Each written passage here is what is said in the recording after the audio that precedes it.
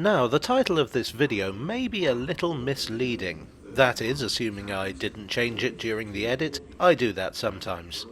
But you see, I'm talking about two stations. But in a sense, it's only one. If you come out of South Bermondsey Station onto Rotherhithe New Road and turn right, you'll pass under two railway viaducts. Next to the second is this bricked-up building. This was once the station known as Southwark Park, but it's built right next to the site of another, earlier abandoned station named Commercial Dock. Now, to have two abandoned stations in the same place, you'd imagine this line would have to be pretty old. And you'd be right. This rather ornate viaduct carries what was London's first passenger-carrying railway, the London and Greenwich Railway. In 1829, the Liverpool and Manchester Railway had opened, arguably the world's first main-line railway. This proved that railways could be more than lumbering industrial plant, and it inspired new projects all over the world. The first prospectus for the London and Greenwich Railway was issued in 1832. This was based on the principles of the Liverpool and Manchester, but it was a rather different undertaking. It was a relatively short railway to run from what we now call central London to Greenwich, calling along the way at Bermondsey and Deptford. The backers promised steam-hauled trains running every 10 minutes. They may not have realised it, but they were introducing the concept of the commuter train to London. It would offer the fastest, most direct route between London and Greenwich, a 3 3/4 mile railway, as compared to the meandering road and river routes. The railway company estimated that it would take their trains 12 minutes to cover the distance, whereas omnibuses or river steamers took an hour. Many were sceptical of the concept of a machine travelling at the terrifying speed of 18 miles per hour, but many more reckoned there was money to be made. The railway was authorised in 1833, and the engineer, Colonel G.T. Landman, was engaged to build it.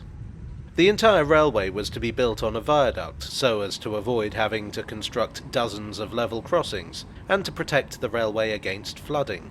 As an additional point, the company reckoned they could let the arches out as housing to bring in a little extra income.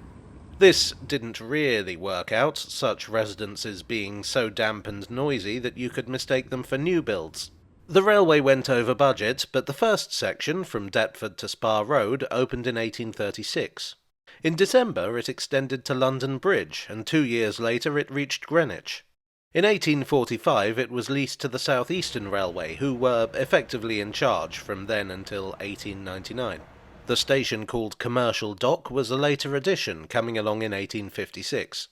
There's some dispute as to whether the new station was known as Commercial Dock or Commercial Docks, but the majority of sources seem to think it was Commercial Dock.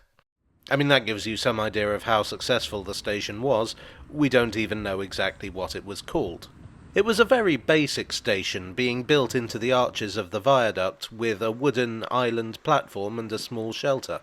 It was located some way back from the main road and accessible only via a muddy footpath. The reason for this being that was the closest place where it was convenient to build a platform without widening the viaduct. There was a junction here, and in fact the world's first signal box was built to control it. The name was a lie, really. You could see the docks from the station, but they were about 3/4 of a mile away. The station saw so little patronage that by the 1860s only one train an hour in each direction called there. It was quite popular with early train spotters, but that seems to have been the only real use for it. On New Year's Eve 1866 it closed down. When Commercial Dock opened, this area was mostly fields, but by the late 1870s it was rapidly becoming a true suburb, and locals campaigned for the station to reopen. The platforms were still there, so it would seemingly be a pretty easy job. But the company didn't think it was worth it. By 1888 they changed their minds and put forward a proposal for a new station here. The London, Brighton and South Coast Railway objected to the proposal, probably because their South Bermondsey station was about 5 minutes down the road and they didn't want competition. The fact was that the London and Greenwich Railway had been a great idea, and while Commercial Dock had been a flop, The numbers of trains running into London Bridge were ever increasing. At the turn of the century, the viaduct was widened, and the company took the opportunity to build a new station here. Now, just so we're all on the same page, I should explain some administrative matters. In 1899, the South Eastern Railway had sort of amalgamated with their rival company, the London, Chatham and Dover, to form the South Eastern and Chatham Railway. The South Eastern Railway technically still existed as a separate entity within that, and the London and Greenwich Railway still existed technically as a separate entity within that. And stuff like this makes my job so much harder. Anyway, the company, which was the South Eastern and Chatham Railway, opened a new station on the 1st of October 1902, and it was called Southwark Park. In deference to the fact that the area was much busier these days than it had been half a century prior, Southwark Park was a much more substantial station than Commercial Dock.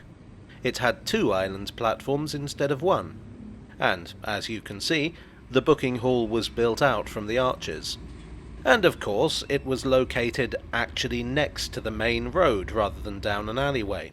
What could possibly go wrong? Trams. Trams were what could go wrong. The early 20th century saw electric trams arrive on the streets of London. They were particularly popular in heavily working-class areas like this because they were cheap. They were also convenient and clean compared to the trains. Southwark Park was located about 1.75 miles from London Bridge, which is the sort of distance over which it doesn't make much difference whether you take the tram or the train. So the station was never very well used. The First World War gave the railways the excuse they needed to close down unremunerative stations in the name of wartime economy. And so on the 15th of March 1915, Southwark Park Station closed. Still, it lasted 2.5 years longer than Commercial Dock, so that's something, I suppose. The station stayed in unofficial use until 1925 as a staff halt.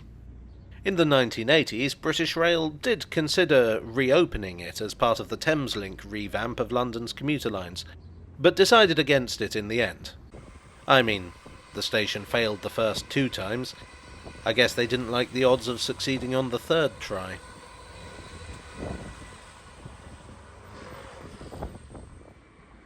Well, I do hope you enjoyed today's video.